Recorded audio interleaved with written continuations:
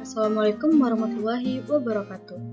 Perkenalkan, nama saya Ovilia Zitri Fortuna, NIM 2023131 dari Prodi Pendidikan Ilmu Pengetahuan Alam dengan dosen pengampu Ibu Rahmah Epita Putri, MPD. Baiklah, di sini saya akan mempresentasikan hasil wawancara saya terkait mitigasi bencana berbasis kearifan lokal. Sebelum ke hasil wawancara, saya akan menjelaskan terlebih dahulu apa itu bencana berbasis kearifan lokal. Bencana berbasis kearifan lokal itu sendiri merupakan bencana yang terjadi di daerah tempat tinggal kita sendiri yang dapat memberikan dampak pada wilayah sekitarnya. Contohnya, banjir, gempa bumi, tanah longsor, tsunami, dan lain-lain. Nah, narasumber yang saya wawancarai yaitu yang bernama Ibu Afrianita Hendrayanti, umurnya 49 tahun, beralamat di Perumahan Fakri RT 4, Kampung Jawa 2, Kecamatan Pariaman Tengah, Kota Pariaman. Jabatan Ibu Ita ini yaitu sebagai Ibu Ketua RT 4. Dari hasil wawancara, tempat tinggal saya ini merupakan tempat tidak ada bencana seperti banjir, walaupun memiliki curah hujan yang cukup tinggi. Nah, bencana berbasis kearifan lokal yang berpotensi terjadi di daerah Kampung Jawa 2 itu sendiri yaitu gempa bumi dan tsunami. Gempa bumi itu sendiri terjadi akibat getaran yang sangat kuat dan dapat memicu kerusakan seperti rusaknya rumah atau bangunan. Nah, ini merupakan contoh dari dampak gempa bumi.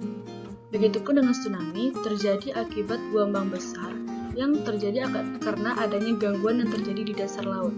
Nah, ini merupakan gambaran dari tsunami.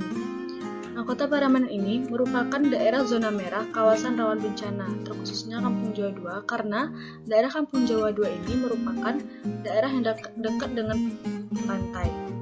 Secara umum, kondisi Sumatera Barat ini berada di pertemuan beberapa lempeng tektonik bumi, dikelilingi juga dengan gunung berapi, serta merupakan daerah dengan degradasi lingkungan yang tinggi sehingga dapat menimbulkan bencana.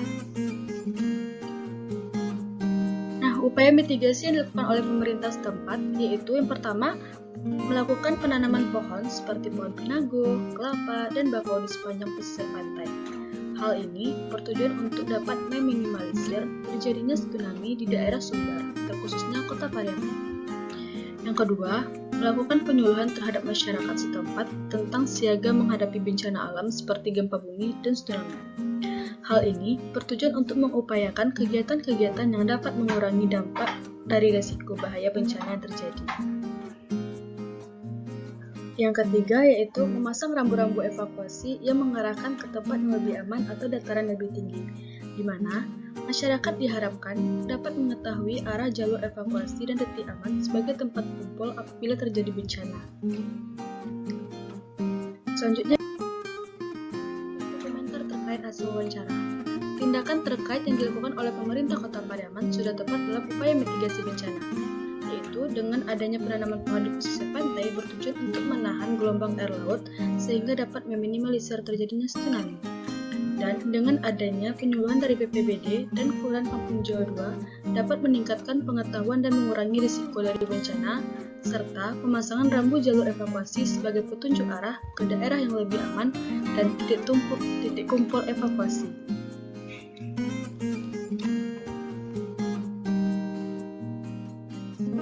Nah, menurut saya, ada beberapa tindakan yang harus ditingkatkan lagi.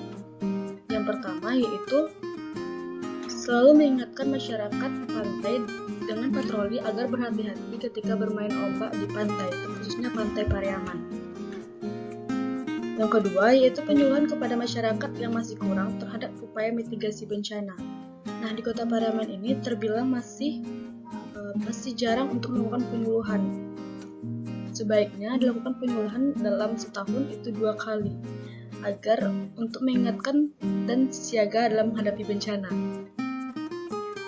Yang ketiga yaitu memasang rambu evakuasi yang seharusnya diperbanyak lagi agar semua orang dapat mengetahui dengan mudah jalur evakuasi untuk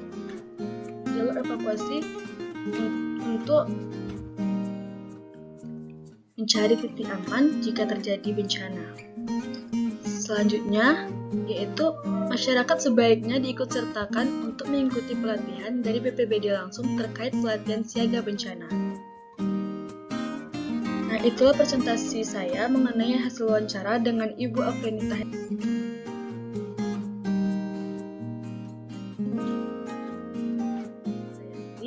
Apabila ada kesalahan, mohon dimaafkan. Saya tutup. Wassalamualaikum warahmatullahi wabarakatuh.